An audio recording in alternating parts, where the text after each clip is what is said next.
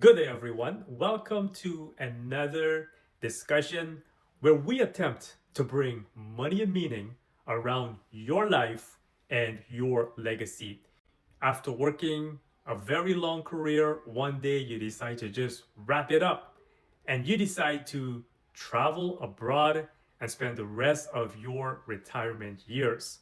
When you're considering retiring abroad, whether this is retiring in Europe perhaps or in the Caribbean, there are certain things that you may want to consider. The first thing, what happens to your OAS? The second thing, what will become of your CPP? What will happen to your health benefits? All of this I'm going to be discussing in today's discussions. So if you are considering retiring abroad, this presentation will be for you. But first, you may want to hit the like, subscribe, drop a comment, and show the channel some love. In case you haven't met me before, my name is Leon Mann. I'm a licensed wealth consultant with Money Assist Financial. And what I do, I help hardworking folks, perhaps it may be yourself, but I help them to add an additional multiple 6 to 7 figures to their retirement portfolio. I'm able to do this by providing a free, no obligation financial guideline. This is much like a GPS. It's going to be able to map out where you would like to end up based on where you currently are. So it's much like showing you the things you need to do in order to get to where you would like to end up. Now, when you're traveling abroad, certain things that you may want to consider. The first thing we're going to talk about is your CPP. Now, after spending many years of building up your CPP, the good news, guys, is that if you spend your time building up your CPP over your working years, you will get to keep it. Whether you are planning to stay or travel abroad, the CPP is going to be yours. So what happens is that depending on where you're headed, it could be deposited in a Canadian bank, or in many locations currently, your CPP benefits can actually be deposited in a foreign bank. However, I may advise you that you may want to check with the bank benefits. Check to make sure that they will get your CPP benefits. But in most locations, it should be okay.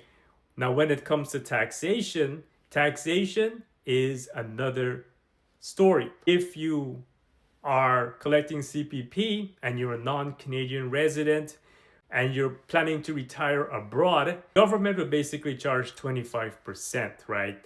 So you may not get your full CPP benefits when you're considering retiring abroad. That is, unless Canada have a tax treaty with the country that you are retiring to. So you may want to do your due diligence and check to see if Canada has a tax treaty with the country that you're planning to retire to.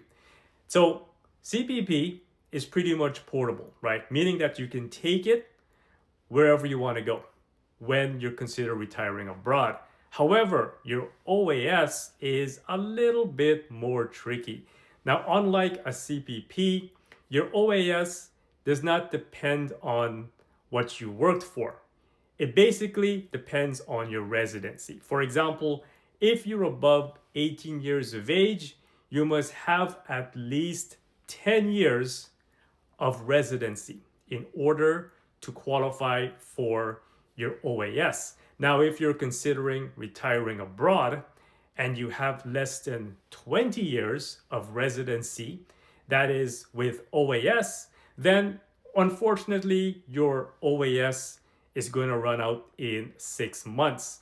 Now, if you have 20 or more years of Canadian residency and you're considering retiring abroad, then you will be able to collect your OAS indefinitely. So a simple thing as the number of years of residency can mean the difference between 6 months and indefinite collection of your OAS. However, I must mention there are a couple of exceptions to this. Now, some countries that I'm gonna name on top of my head include countries like United Kingdom, United States of America, Jamaica, Finland, places like Philippines, places like Barbados, and places like Trinidad, for example.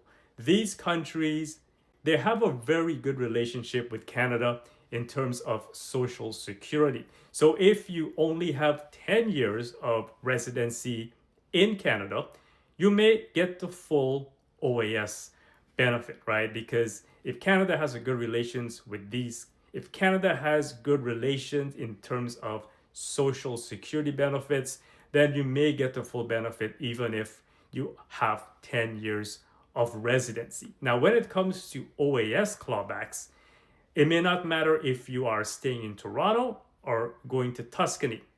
You're still gonna have clawbacks if your income is above the threshold. Now in 2026, the threshold for OAS clawbacks is if you're making $95,000 a year or less, for example. Now, when it comes to health benefits, well, unfortunately, what happens is that you will not qualify for provincial health coverage when you are retiring abroad. So things like this, you may want to consider. You're going to lose your health coverage, but you may be able to retain your CPP and OAS. So bottom line is that your CPP will be paid out regardless if you're staying in a country or moving abroad, but it may depend on whether or not Canada has a good relationship and tax treaty with the other countries, right? Your OAS, it depends on your residency, of course. If you're 20 or more years of residence in Canada, then there's no problem. You can retire abroad and still collect your OAS. When it comes to your health benefit, for example, you may lose your health benefits though, unfortunately. So these are the things that before you pack up your suitcase, before you book your flight, you may want to consider these things, right? However, guys, all is not lost. You may want to consider things like estate planning, like residency status, for example, like tax planning before you travel abroad. But you want to go to a place that is not just warm, but you want to go to a place that is secure. So if you guys have found value in this video, feel free to hit a like, subscribe, drop a comment down below. If you have any questions for me, check out my website, leonman.ca, to find all the ways that I can be of assistance to you guys. So thank you for tuning in. Until next time, peace and love.